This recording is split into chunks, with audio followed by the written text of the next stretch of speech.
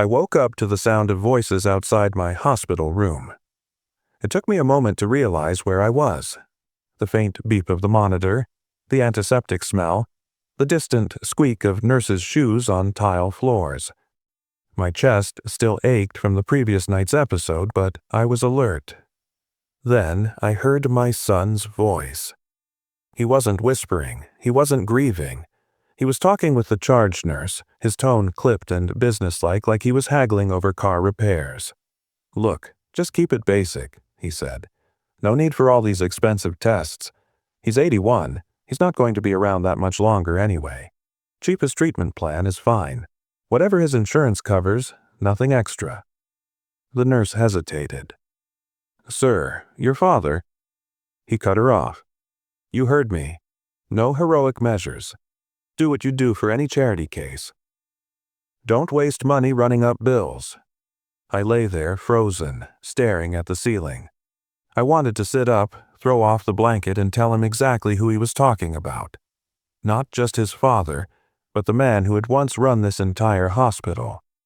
But I didn't move. Instead, I listened. The nurse's shoes squeaked closer to the door, then faded as she walked away. My son's voice dropped to a mutter I could barely hear. Old and worthless. Not draining the estate for a few extra weeks of life. Those words landed harder than any diagnosis. Old. Worthless. I kept my face blank when he stepped into the room a moment later. He smiled, that polished, political smile of his, and asked how I was feeling. I gave him the same answer I'd given patients' families for decades. Resting comfortably. He didn't notice the look in my eyes. Because what my son didn't know, what nobody in this room knew, was that for 35 years, this hospital had been my life. I was its director when he was still in high school. I hired half the physicians on staff, fought for every budget increase, signed off on every expansion and every major piece of equipment. I built this place's reputation brick by brick, policy by policy. And even though I'd retired 5 years ago, most of the senior staff still called me Dr. Carson when they saw me in the hallway. They still sent me holiday cards. They still asked for my advice when the board was deadlocked on a decision. This hospital was my second home, and my son had just told its staff that my life was only worth the cheapest line item on the billing sheet. I lay there quietly, letting my pulse settle, letting the anger cool into something sharper. I had spent my entire career teaching young doctors not to make decisions out of panic or ego. Tonight, I would take my own advice. I reached for the call button and asked to see the patient log for the last 12 hours. The nurse looked surprised. Most patients don't even know such a log exists. But she handed it over. I scanned every entry, noting where family decision had overridden doctor's orders. By the time my son left that evening, I had the first pieces of evidence I needed. I wasn't going to confront him. Not yet, because I wasn't just a patient anymore. I was a retired hospital director, and I still knew exactly how this place worked, and how to make sure everyone knew what my son had just done. As the room quieted, I leaned back against the raised bed and let the memories come. I'd spent my entire adult life within these walls, not just as a physician, but as the man who kept the place running. When I first took over as hospital director, the building was smaller, underfunded, and half the staff were ready to quit from burnout. I was 36 years old, ambitious, and stubborn enough to think I could fix it all. And over the decades, I did.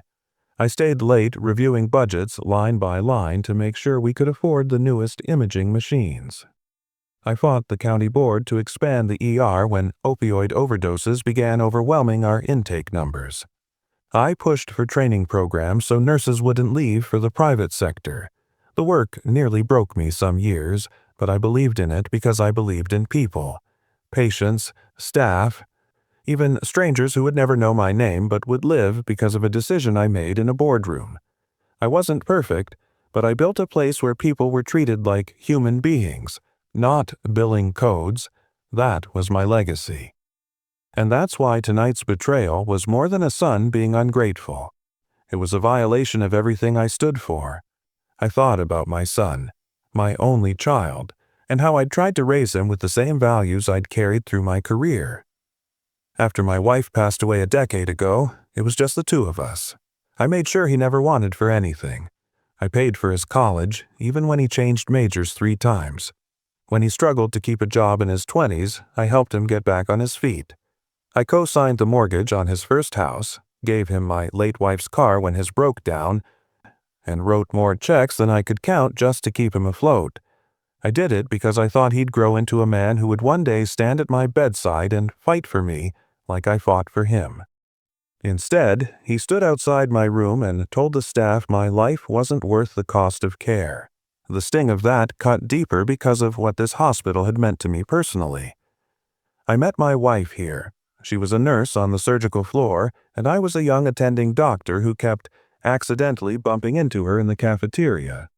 She was the one who convinced me to take the director position when I was offered it years later. "You can complain about the system," she told me, "or you can run it better." So I ran it better.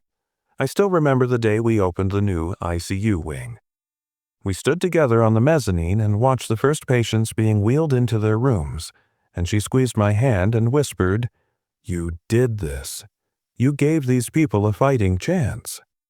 I'd carried those words with me through every tough budget meeting, every sleepless night after a bad outcome, every time the board questioned whether we could afford to keep a program running. Because it wasn't just about me. It was about the lives that depended on us doing the right thing. And now my son had turned me into a case number to be minimized. It wasn't just personal hurt anymore. It felt like an insult to my entire life's work. I thought about the staff still working here, the men and women who had trained under me, who still carried out the policies I wrote. Many of them had sent me letters after I retired, thanking me for making the hospital a place where they were proud to work. Some of them still invited me to retirement dinners, still called me mentor. And tonight they were being told by my son, a man who had never worked a single shift here, that my care wasn't worth the cost. I could imagine how that must have looked to the nurses and doctors who respected me. I could imagine the hesitation in the charge nurse's eyes, wondering if she should follow his instructions or honor what she knew of me. That thought hardened my resolve. I wasn't going to yell or make a scene. That was never my way. But I also wasn't going to let this slide. I'd seen too many vulnerable patients have their care compromised because a relative wanted to save money or push an agenda. I'd sat in risk management meetings where we debated how to protect patients from exactly this scenario. Tonight, I would put those policies to the test. For myself. I glanced over at the whiteboard on the wall, where the day's attending physician's name was written in green marker. I knew him, a sharp young doctor I'd personally recruited 5 years before I retired.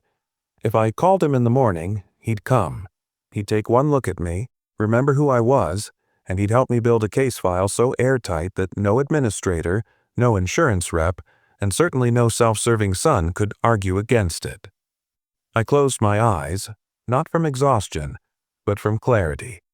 The first move had already been made, and it hadn't been mine. My son had shown his hand. Now it was my turn.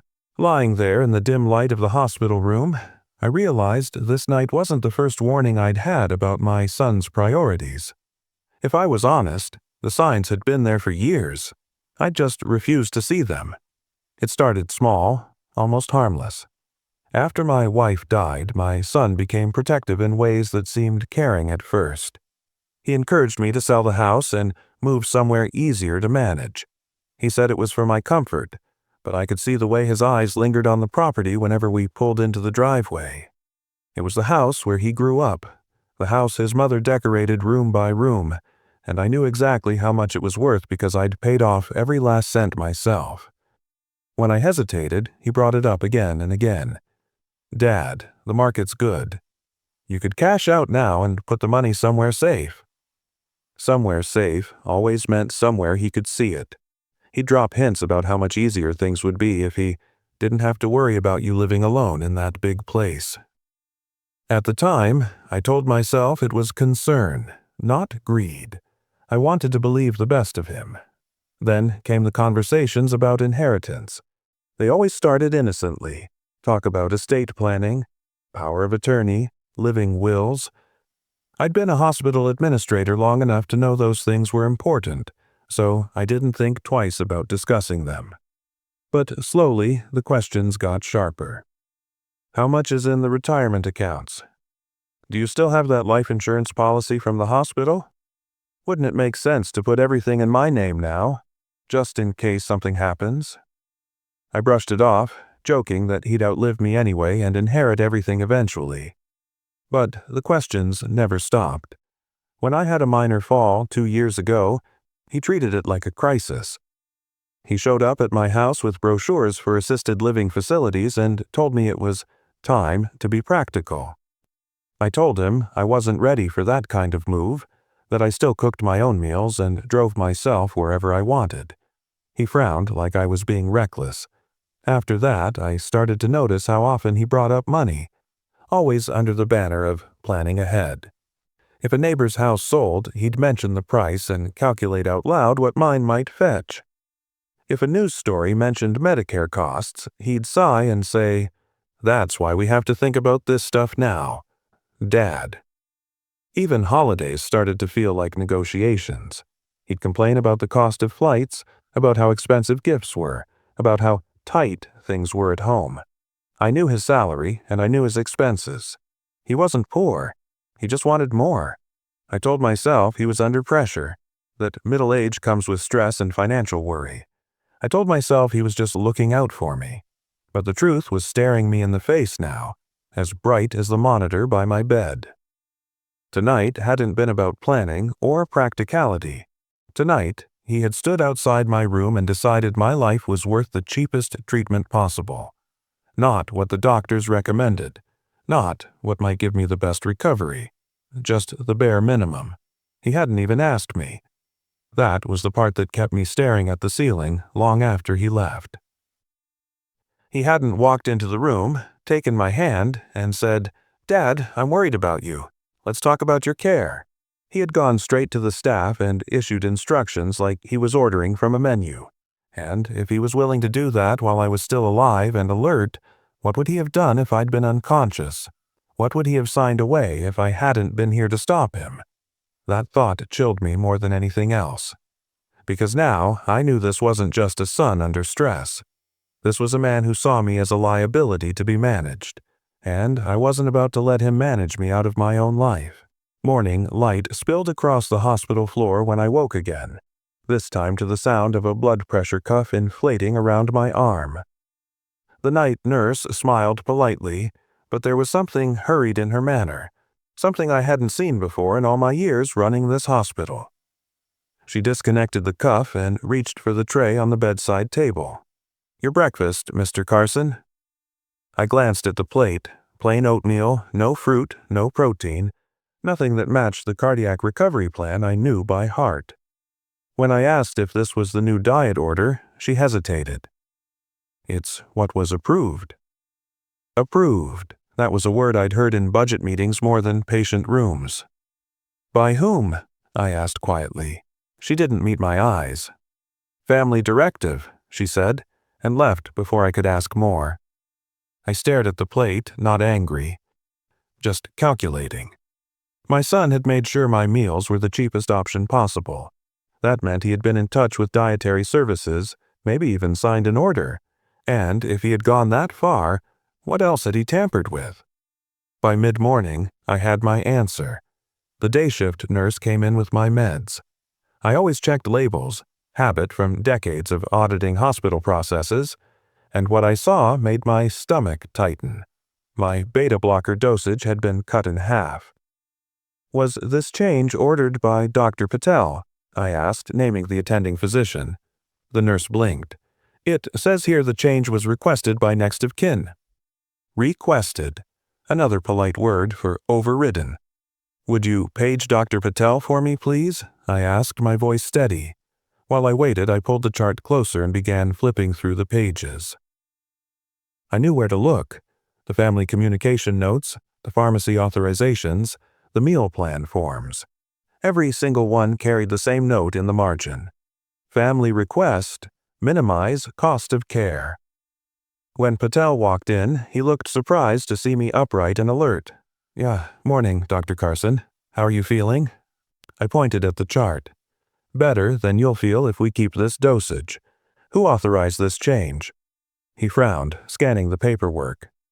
"This isn't my signature." "I know it isn't," I said quietly. "My son's been making decisions." Patel closed the chart and lowered his voice. "Would you like me to restore the original orders?" "Yes," I said, "but leave the notes, every one of them." He hesitated. "Are you planning to escalate this?" I met his eyes. "Let's just say I want a full record of what's happened." By the afternoon, I had a copy of my own patient file sitting on the table next to the untouched oatmeal. I went through it line by line, highlighting every place where my son's name appeared or where Family Directive had changed the care plan. Each mark was a piece of evidence, and still, I kept my face calm when my son walked in that evening. He sat in the chair by the bed, scrolling through his phone, making small talk about the weather. "You look good," he said. "They're taking good care of you." I nodded. "They are." He smiled, satisfied, as if he had just signed off on a job well done. Inside, I was already planning my next step. After he left, I pressed the call button again and asked the night nurse to bring me a list of all scheduled tests. I circled the ones that had been canceled and requested copies of the cancellation forms. "You sure you want all that paperwork?" she asked. "Very sure," I said. When she left, I leaned back against the pillow and let out a slow breath. This wasn't just about my care anymore. If he could bully the staff into cutting corners for me, a man who once signed their paychecks, what would he do if some other elderly patient had no idea what was being decided on their behalf? I thought about all the family meetings I had sat in over the years, where relatives fought about treatment costs, where frightened patients deferred to the loudest voice in the room.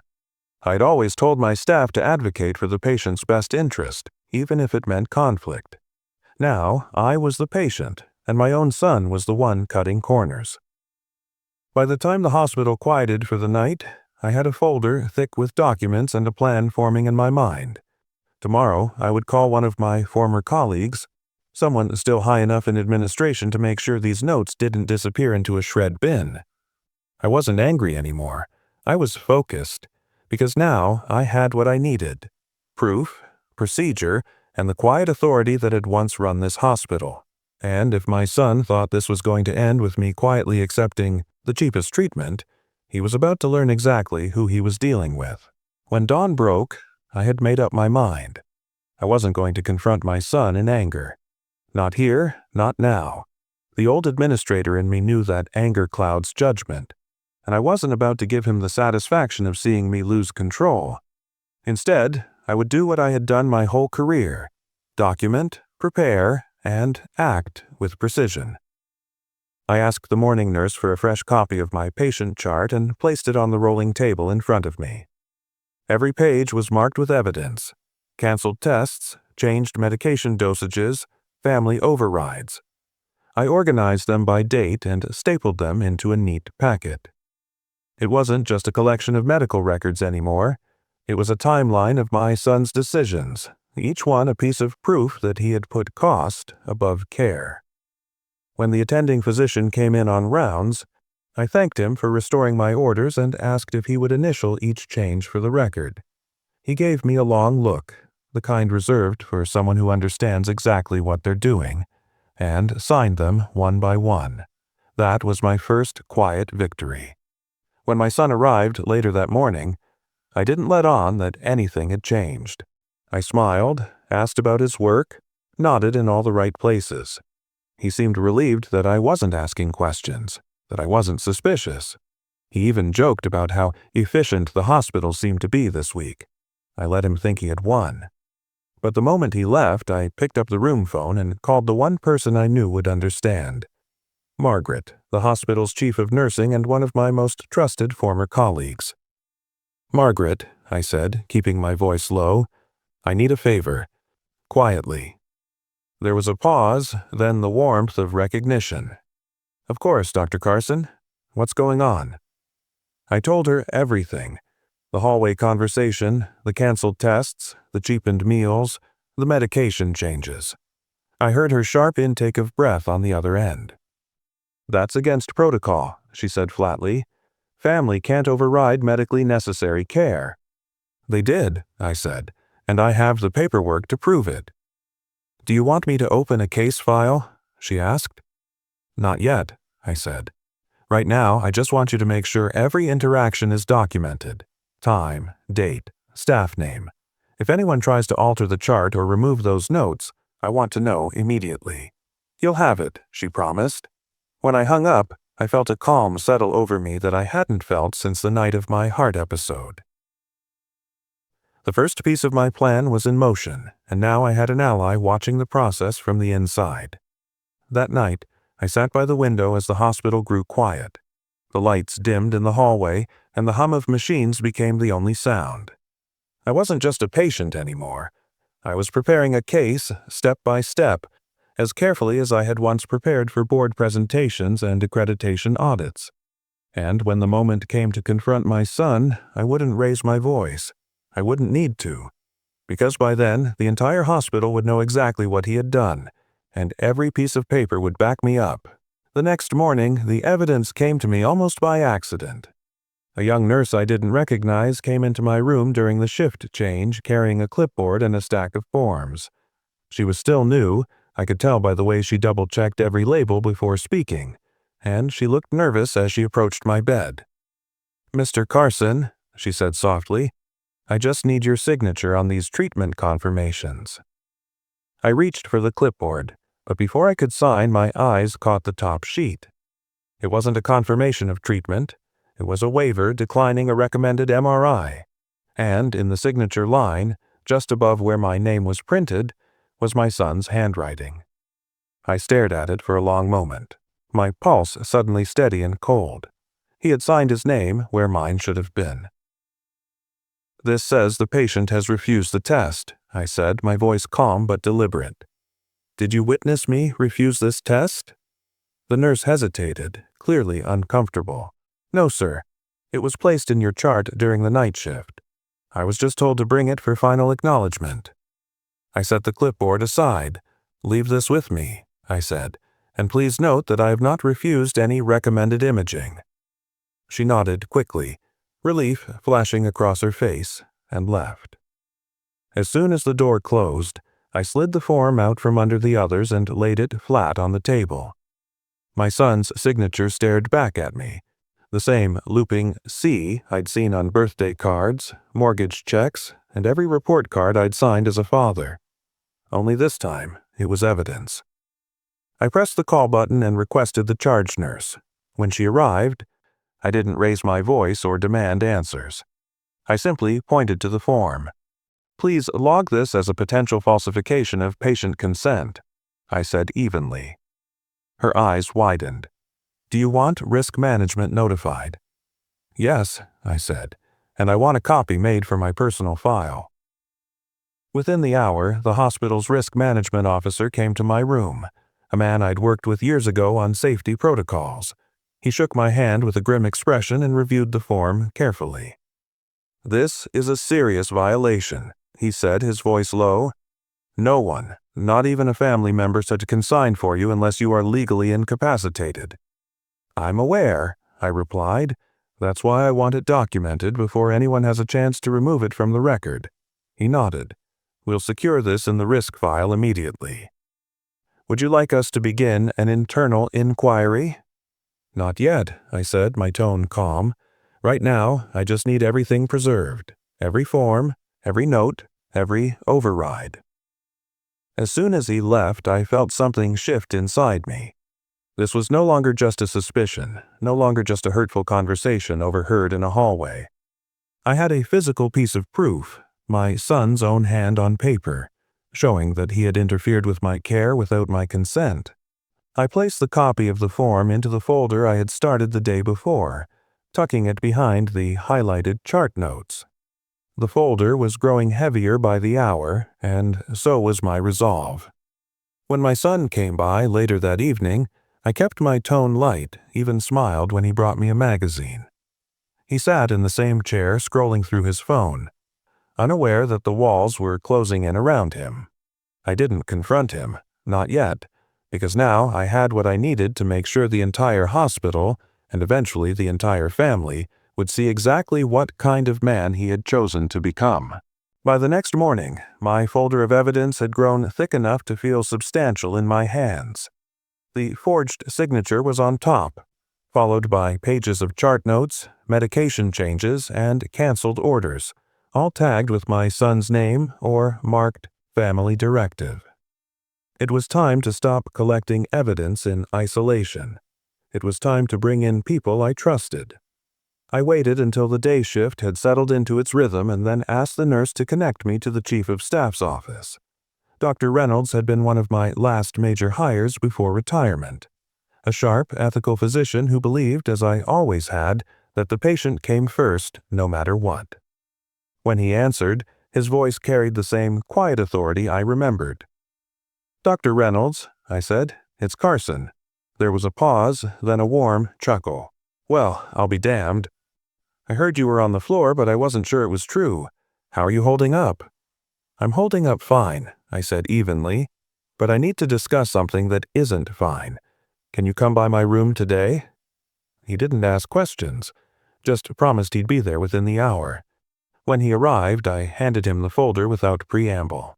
He sat in the chair by my bed and began going through it, his face hardening with each page he turned. "This is a problem," he said finally, tapping the form with my son's forged signature. "A serious one. We can't have family members making unilateral decisions that contradict physician orders. This isn't just bad medicine. It's a liability nightmare." "I know," I said, "which is why I want every instance documented, every override logged, and every staff member briefed that I am the only one authorized to approve changes to my care." Reynolds nodded slowly.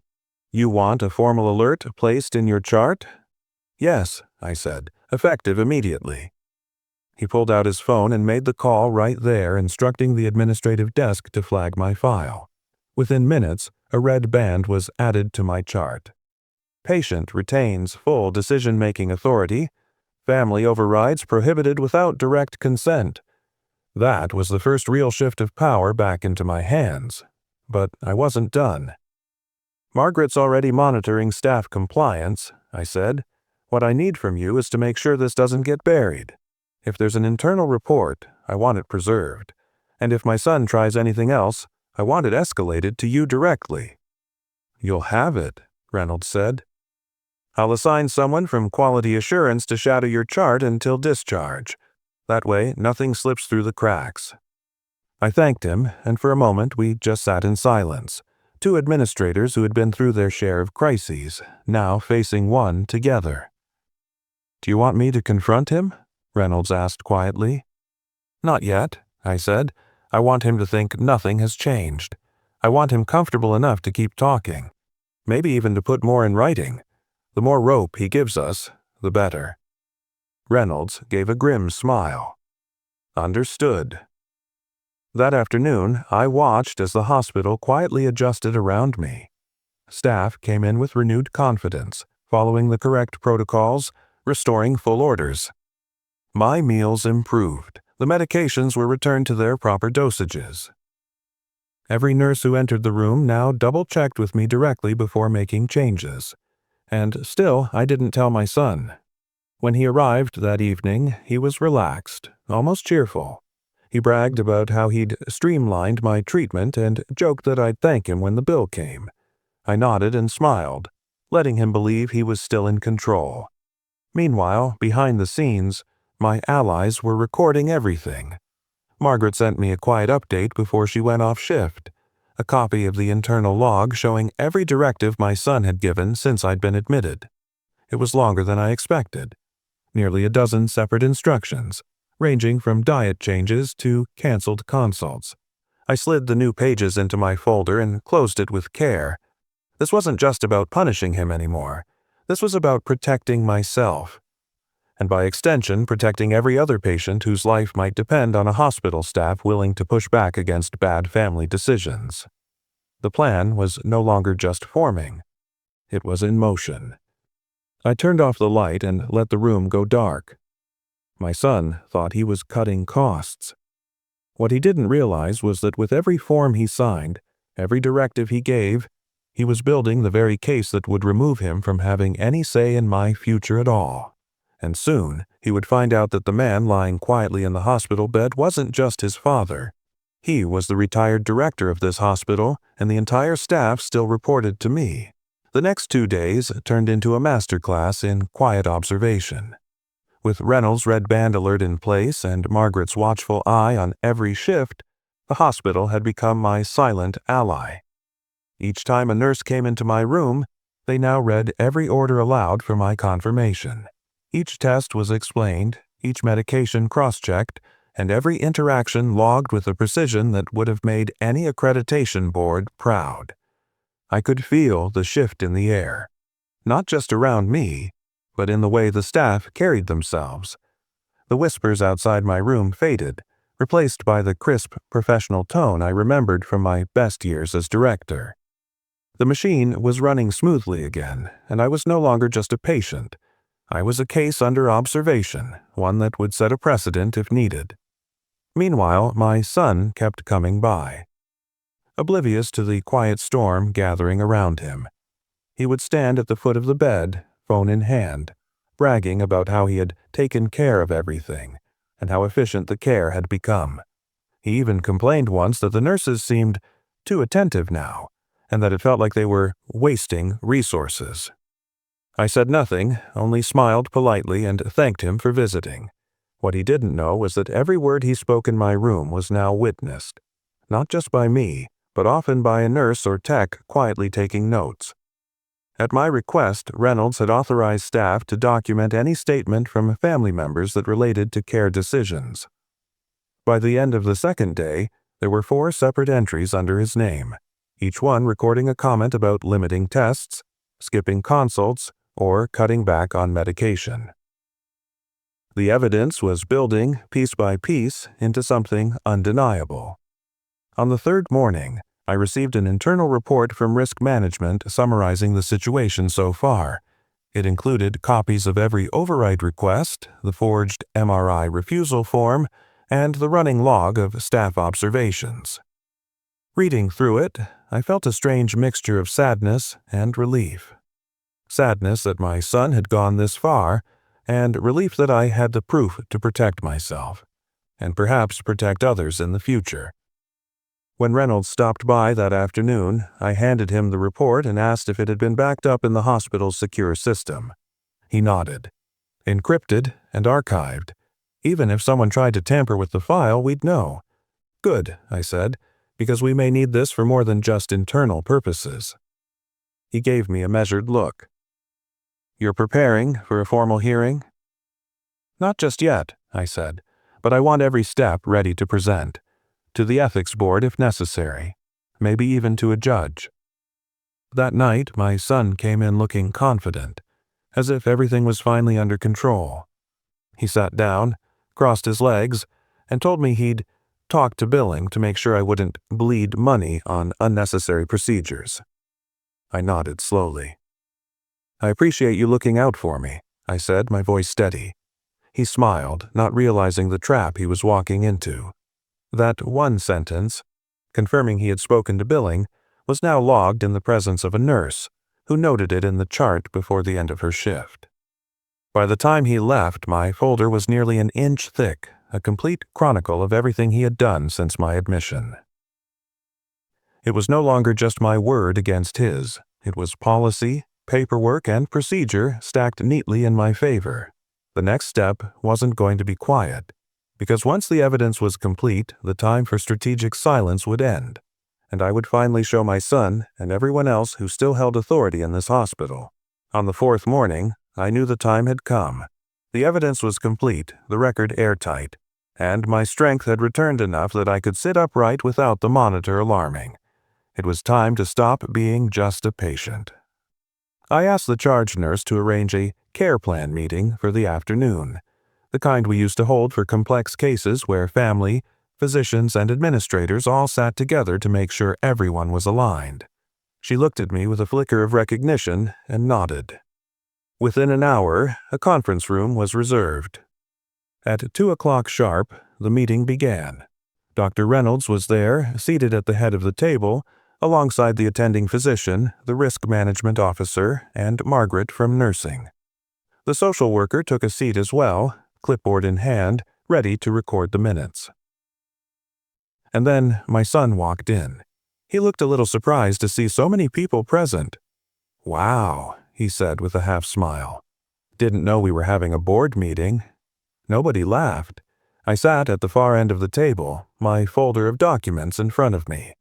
When he sat down, I waited until the door was closed and then opened the folder, sliding the top page forward so everyone could see it.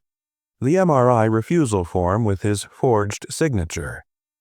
"Before we begin," I said calmly, "I'd like to clarify something for the record. I did not refuse any recommended tests, treatments, or consults during this hospital stay. Any documentation to the contrary was not signed by me." The room was silent except for the faint scratch of the social worker's pen. Reynolds cleared his throat. "We have confirmed that, Dr. Carson. The patient retains full decision-making authority, and any overrides made by family members have been logged." My son shifted uncomfortably. "Dad, I was just trying to—" I held up a hand. "You'll have your turn. For now, we're going to review exactly what's happened since I was admitted." One by one, I slid the documents across the table. Canceled tests, altered medication orders, dietary changes, each one annotated with his name. As I spoke, I kept my voice level and my expression calm, just as I had during hundreds of board meetings over the years. "This," I said, tapping the MRI form, "was a direct violation of hospital policy. This," I said, pointing to the dietary override, "resulted in care that did not meet cardiac recovery standards. And this," I said, laying down the last sheet, "put me at unnecessary risk by reducing my beta blocker dosage without physician approval." By the time I finished, my son's face had gone pale. "I didn't think—" he started, but I cut him off gently. "No, you didn't think," I said. "You acted as though my life was a financial equation to be balanced. You acted without my consent and you compromised my care. And if I were any other patient without the ability to speak up for myself, I might not be sitting here today." I turned to Reynolds. "I'd like it on the record that effective immediately, my son is to be removed from the contact list for care decisions. All future updates are to be given directly to me, and no changes are to be made without my explicit consent." Reynolds nodded. "Consider it done. We'll update the file and notify the front desk." My son stared at me, stunned. "Dad, you can't just cut me out." I met his eyes for the first time since he walked in. "Yes, I can. I am not incapacitated. I am not powerless. And this hospital still runs on policies I wrote myself. The entire staff reports to those policies. And whether you like it or not, they still report to me." The room was quiet, every word sinking in. "This meeting is now part of the permanent record," Reynolds said, looking at the social worker.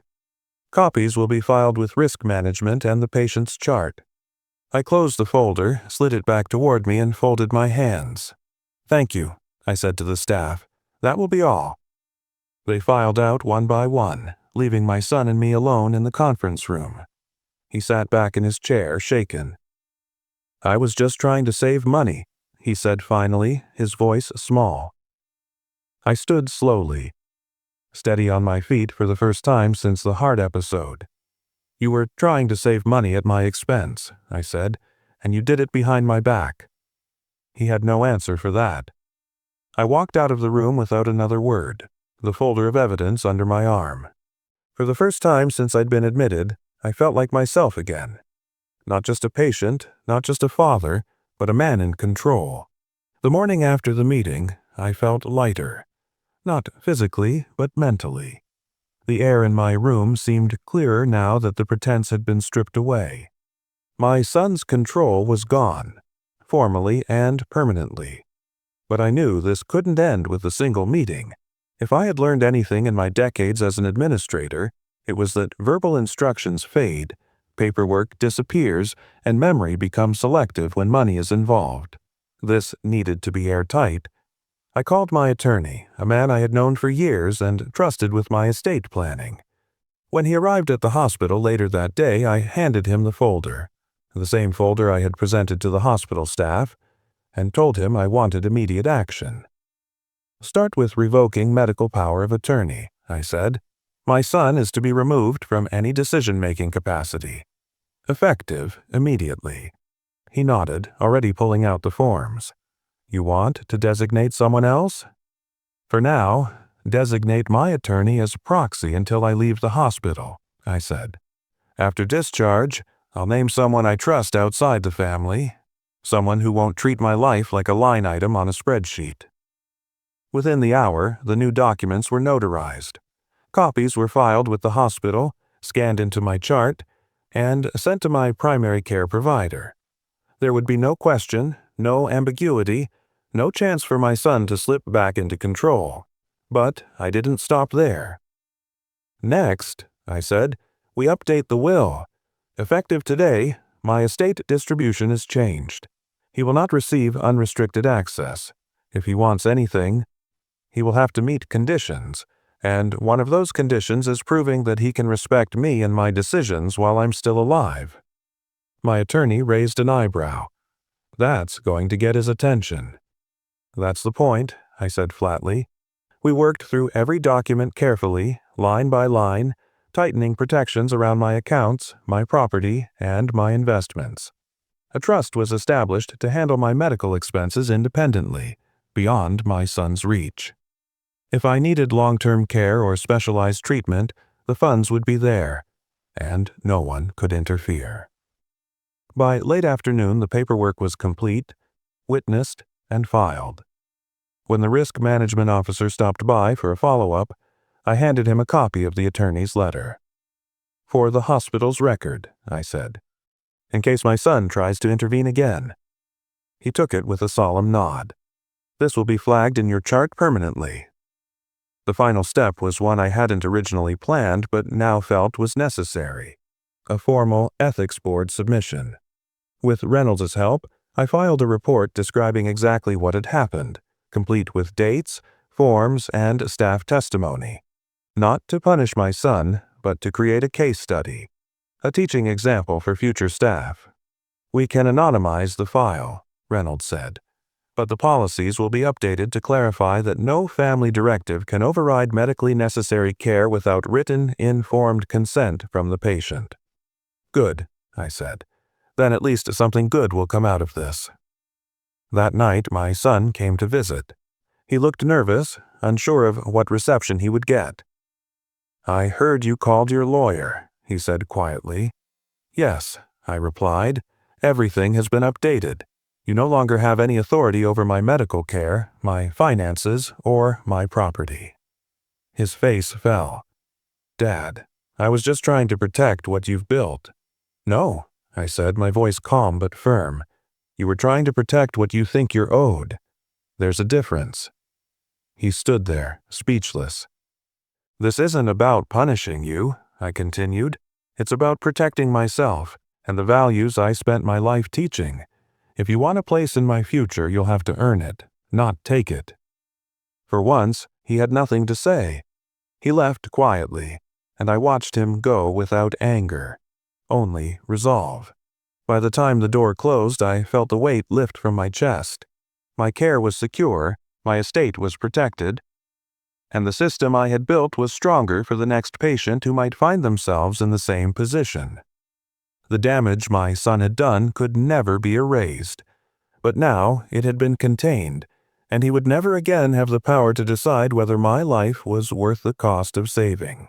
In the days that followed, my case became something of a quiet landmark within the hospital, not because of who I had been, but because of what it represented.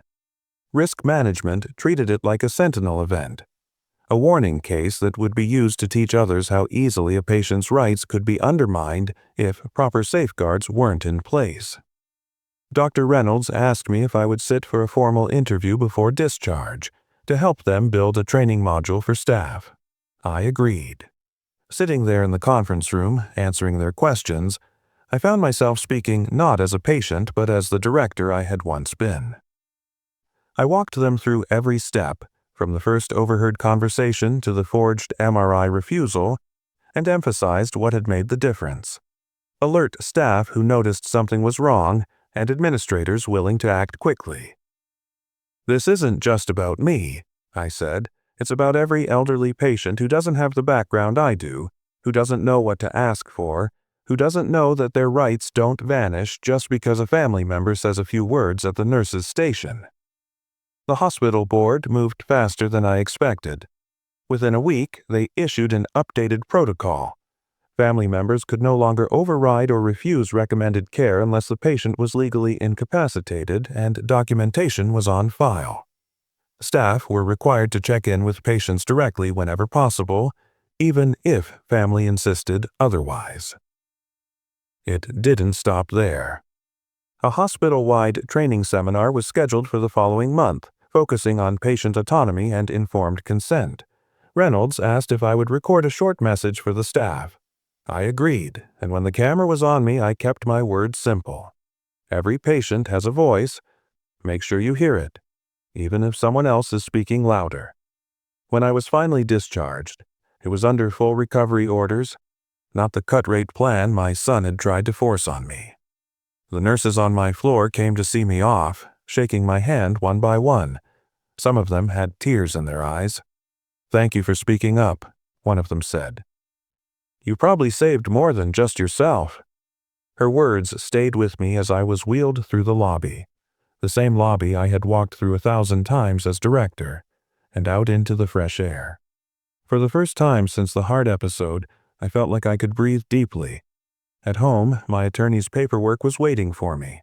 The trust had been funded, the will amended, and my new healthcare proxy appointed, a retired colleague who had agreed to step in if I ever couldn't speak for myself. My son had been notified of the changes in writing. He called me the next evening. "Dad," he said quietly, "I didn't mean to hurt you. I was scared. I thought I was doing the right thing." I let him speak, listened to every word. When he finished, I took a long breath before replying. "You taught me something," I said. "You taught me exactly what my life is worth to you, and I've adjusted my plans accordingly." There was silence on the other end of the line, then a small, broken, "I'm sorry." "I know," I said softly. "I hope one day you'll understand that being a son isn't about saving money. It's about showing up when it counts." We hung up, and I sat there in the quiet of my house, looking at the framed photo of my wife on the mantel. I wished she had been there to see the day I stood up for myself, but in a way, I knew she had been. In the weeks that followed, I went back to the hospital once, not as a patient but as a guest speaker for the first staff seminar under the new policy. Standing at the podium, looking out at the nurses and doctors, I felt a sense of closure. My ordeal had turned into something bigger than myself, a safeguard that would protect countless others. Afterward, a young resident approached me and said, "I hope I'm as strong as you are when I'm your age." I smiled. "Strength isn't about how loud you are," I told him. "It's about knowing when to stay quiet and when to speak so no one can ignore you." That night, back at home, I sat in my favorite chair by the window. The house was quiet, the kind of quiet that used to feel lonely, but now felt peaceful. I knew there would be hard conversations with my son in the future, trust that would take years to rebuild. But for now, I was content. I had defended my life, my dignity, and the principles I'd spent my career upholding, and in doing so I had reminded my son, and myself, that being old does not mean being powerless. As I turned off the light and let the room fall into darkness, I felt a calm resolve settle over me. I had survived the hard episode. I had survived the betrayal. And, most importantly, I had made sure that the next time someone tried to put a price tag on a life, the hospital I built would answer the same way I did, with quiet, unshakable authority.